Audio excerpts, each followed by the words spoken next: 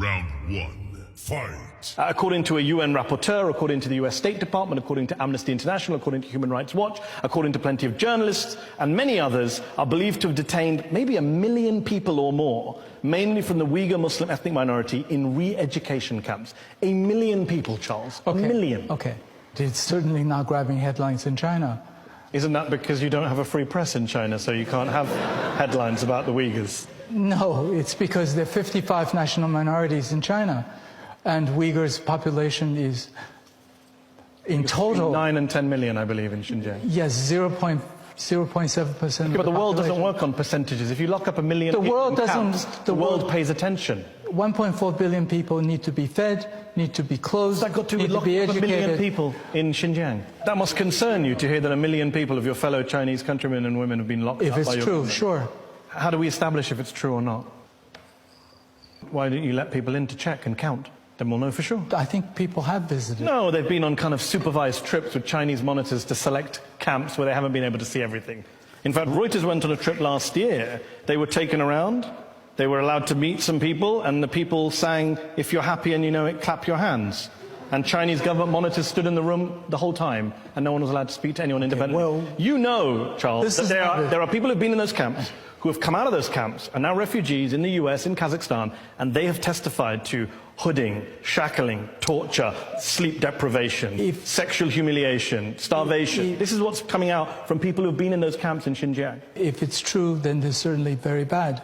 This is not my area of expertise, and I'm not involved in the politics, and I've never been to Xinjiang. I'm more concerned about the economic side. Round two, fight. There's another gentleman, he was very promising footballer.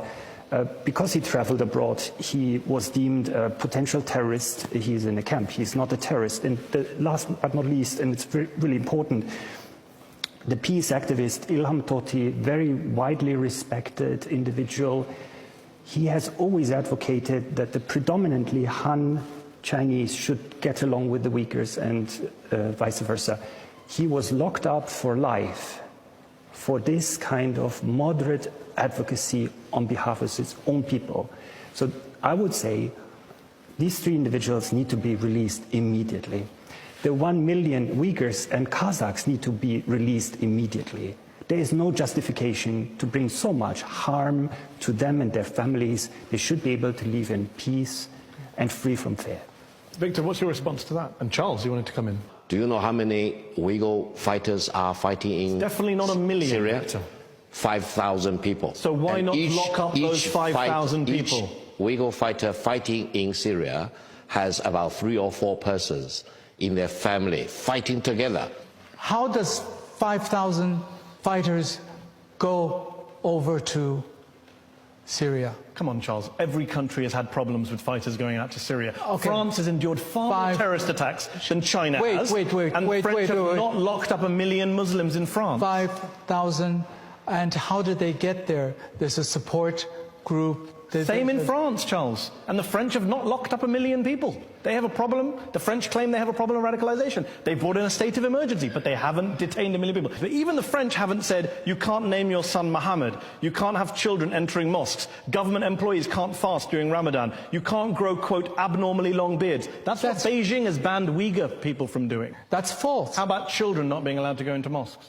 That's totally false. Why is it false? How do you know it's false? Because I've seen the photos of the signs. There are photos of the I have a neighbor, immediate next door neighbor, who is Muslim and who goes to mosque with his children.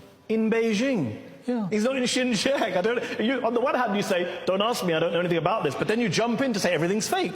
Final round. Fight. Stephen, let me ask you this. You're listening to Charles and Victor saying this is propaganda. What do we know? What does the evidence suggest to you that you've seen that can be corroborated about what's happening on the ground on a place like Xinjiang? What we do know of the political system is that the Communist Party of China has a monopoly of the truth and a monopoly of history in China.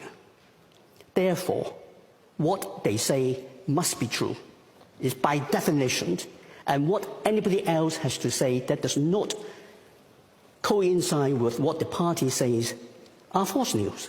That is what we are dealing with. When we are talking about 1/10 of an identifiable minority in the home country being identified and put in camps. How would our friends here feel if 1/10 of the native population of Shanghai or Beijing are living in camps? Charles, do you want to answer that? I've never thought about that question. Okay, but he's just posed it. I just don't see it. I don't see it happening. I don't see it possible physically.